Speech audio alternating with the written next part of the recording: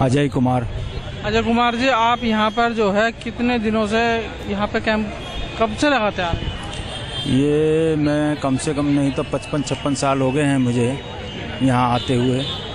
हाँ, लेकिन ये कैंप जो लग रहा है रिपब्लिकन कांग्रेस का तरफ से जो लगाया गया, ये कितने वर्षों से लग रहा है? रिपब्लिकन कांग्रेस का ये कम से कम नहीं तो 4 साल से लग रहा है कैंप। अच्छा, ये बताइए, आप यहाँ पर जो दलित इकट्ठा हो रहे हैं, किस लिए हो रहे हैं? नहीं, दलित तो डॉक्टर अंबेडकर को श्रद्धांजलि देने के लिए उनके जन्मदिन पे आए हैं। उन्होंने अपने श्रद्धांजलि अर्पित की है डॉक्टर अंबेडकर को, इसीलिए इकट्ठा हुए हैं ये लोग। अच्छा, ये बताइए कि जो दलितों पर अत्याचार बढ़ रहे हैं उसके बारे में बताइए। दलितों पे अत्याचार जो हैं, देखो दिन प्रतिदिन बढ़ते ही जा रहे हैं। कहा तो ये जाता है कि भाई दलितों पे अत्याचार कम हो रहे हैं, SC ST एसटीसी एक्ट भी बना है, लेकिन बावजूद इसके अत्याचार बढ़ते ही जा रहे हैं। इसका कारण सबसे बड़ा यही है कि जो भी सरकार आई है उसने अपना काम ठीक से नहीं किया है। क्या आप ये मानते हैं कि दलित एक्ट जो है निष्प्रभावी होता जा रहा है? नहीं, दलित एक्ट निष्प्रभावी नहीं होता, लेकिन उसकी इम्प्लीमेंटेशन जो है वो गलत हो रही है। और उसका सबसे बड़ा कमजोरी यही है कि दलितों में आपसी संगठन नहीं है। डॉक्टर अंबेडकर ने कहा शिक्षित बनो, संगठित हो, संघर्ष करो। अभी जब तक संगठन ही नहीं है, अभी जैसा मैंने आज यहाँ देखा है तो कहीं खटीक समाज का बोर्ड लगा हुआ है, कहीं जाटव समाज का बोर्ड लगा हुआ है, तो इसका मतलब ये है कि दलित समाज आज भी बटा हुआ है।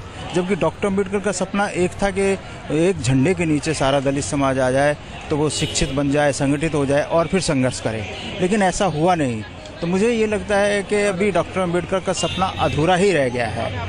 अगर शायद आज डॉक्टर अंबेडकर होते तो वो भी इस विषय में सोचते कि इसका कारण क्या रहा होगा, क्या रीज़न है कि दलित समाज क्यों इकट्ठा नहीं हो रहा है।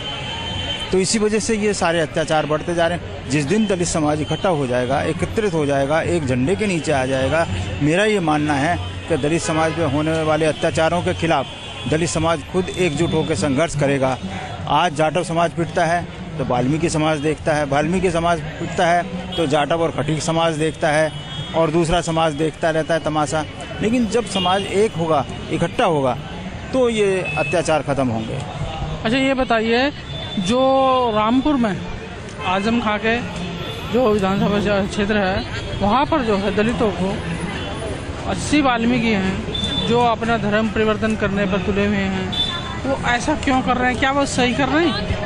मेरा ये मानना है कि आज अगर दलित समाज का कोई भी समुदाय, चाहे वो वाल्मीकि हो, जाटव हो, खटीक हो या कोई भी समाज हो, अगर किसी अन्य धर्म में जाने के प्रयत्न करता है, और मेरा ये सोच है कि अगर वो इस्लाम धर्म कबूल करता है, तो जो ब्राह्मणवादी समाज है उसको बहुत बड़ी ठेस लगती है। वो सोचता है कि इस्लाम धर्म कबूल करना इनके लिए, हमारे लिए घातक हो जाएगा, तो इसलिए वो डरता है। जहाँ तक मेरा ये मानना है कि बौद्ध धर्म, सिख धर्म या जैन धर्म या किसी अन्य धर्म में वो आते हैं, तो वो उन्हें हिंदू धर्म का ही पार्ट मानते हैं अभी तक भी, क्योंकि उनसे उन्हें कोई खतरा नहीं है, उनसे उन्हें कोई अलगाववाद की महसूस ही नहीं होती है। लेकिन जब इस्लाम धर्म कबूल होता है तब लोग मानते हैं कि ये एक नया धर्म कबूल करने जा रहे हैं, एक जनसंख्या में बढ़ोतरी हो जाएगी उनके। जैसा कि आपने अभी सुना भी होगा, साक्षी महाराज ने कहा या उनके और भी बीजेपी के कई MPs ने कहा है कि हमें इस्लाम धर्म से खतरा है। अभी उन्होंने घर वापसी का एक प्रोग्राम भी चलाया। तो ये सब कार्यक्रम देखते हुए मेरा ये मानना है कि अगर आज का दलित समाज इस्लाम धर्म कबूल करता है तो हिंदू धर्म की व्यवस्था जो है वो चरमरा जाएगी, इसलिए उससे ज़्यादा खतरा है उसको। अच्छा, ये बताइए, आज जो यहाँ दलित इकट्ठा हुए हैं बाबा साहब की जो 125वीं जयंती है, तो उसके लिए दलितों को कोई संदेश देना चाहते हैं?